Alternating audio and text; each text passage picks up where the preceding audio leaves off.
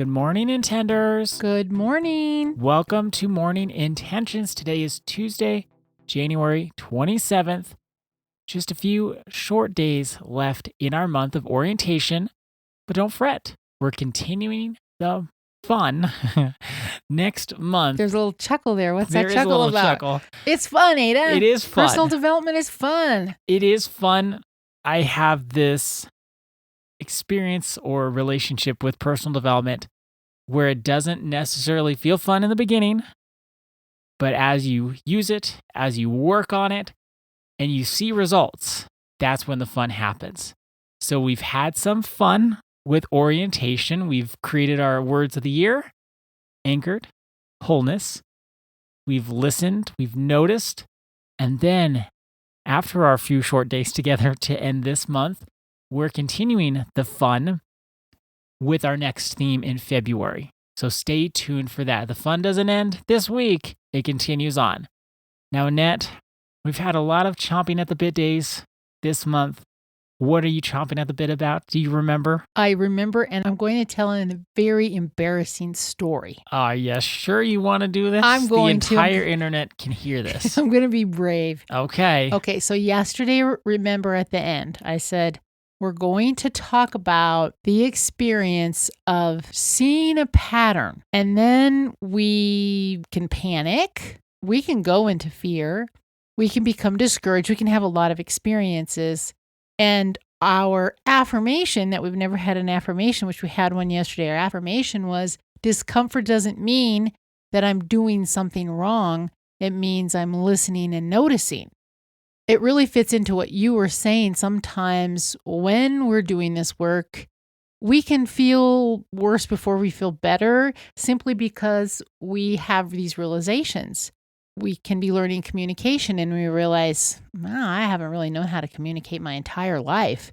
And that can be challenging then to move forward when we're letting go of our coping strategies, our survival strategies. We say to ourselves, well, I don't want to let go of this coping strategy. This has helped me my whole life, or this has helped me since I was a teenager, or this has helped me my whole professional career. That's what we're talking about today. When we listen and we notice, it's very human to say, well, now I got to just do it. But we're saying, it's okay. Let's just listen and notice, and let's not force ourselves to let go of our coping strategies, because that's really not going to get us anywhere. No, it's not. And some of us are mentally like elephants. You know how if you teach an elephant, or you chain it up or something, it will only go as far as its chain, because that's what it's learned. And when we have these coping strategies and we've used them forever, it can be really hard to go past that chain. It can be hard to go past that habit if we've never done it before. And going past it then feels extremely uncomfortable.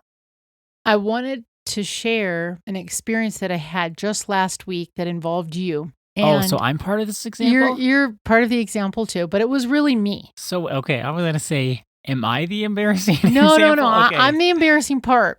Remember when we said way back at the beginning of the month, when we're choosing our word for the year, where do we know there's work to be done? Where do we know that things aren't working quite right? Where do we notice a pattern and we haven't been able to address it? When we're thinking about recognizing the discomfort and wanting things to change right away, last week on Tuesday, I had this experience. Now, I have been noticing that I need much more sleep than I ever thought. Now, I have said on the podcast, I need 9 hours of sleep. I never get 9 hours of sleep.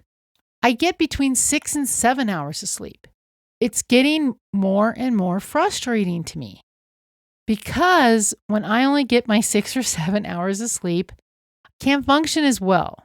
When I get 8 to 9 hours of sleep, there really ain't nothing I can't do.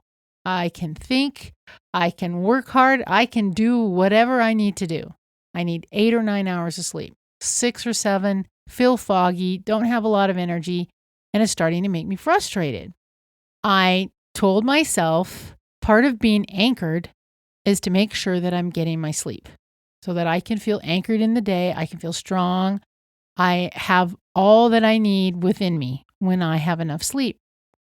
Well, we had a little snafu that you thought we were going to meet at a certain time, and I thought we were going to be able to rest a little longer, and I didn't get even close to 8 hours of sleep. I barely got 6 hours of sleep. And I found myself so freaking frustrated. I can't tell you how frustrated I was. I haven't felt that frustrated in a long time. Ada can tell you how frustrated. I can tell you. Okay, I can't remember you ever acting like that.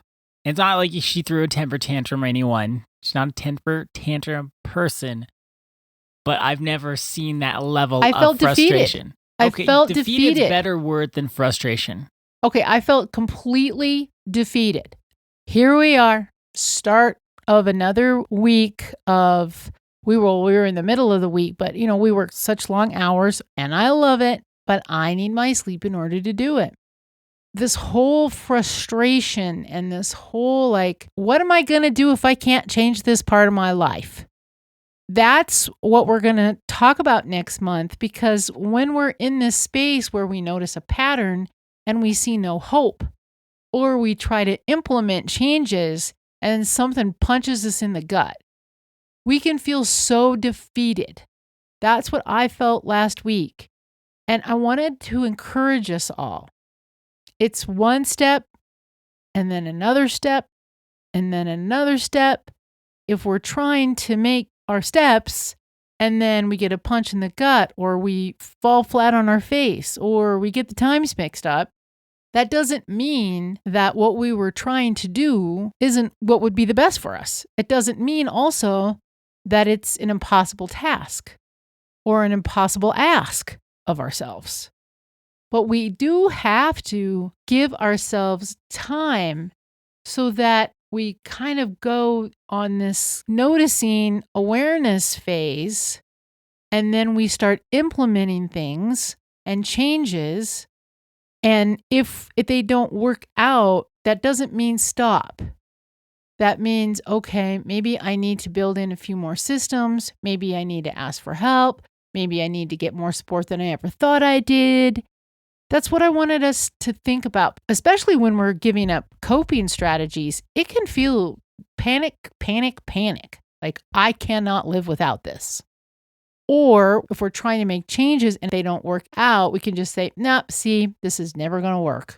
But I want us all to know the methodology that Ada and I ascribe to is very small changes, one after another. If we hit a roadblock, we figure out why, we try again, and we keep moving forward. That's how we do things around here.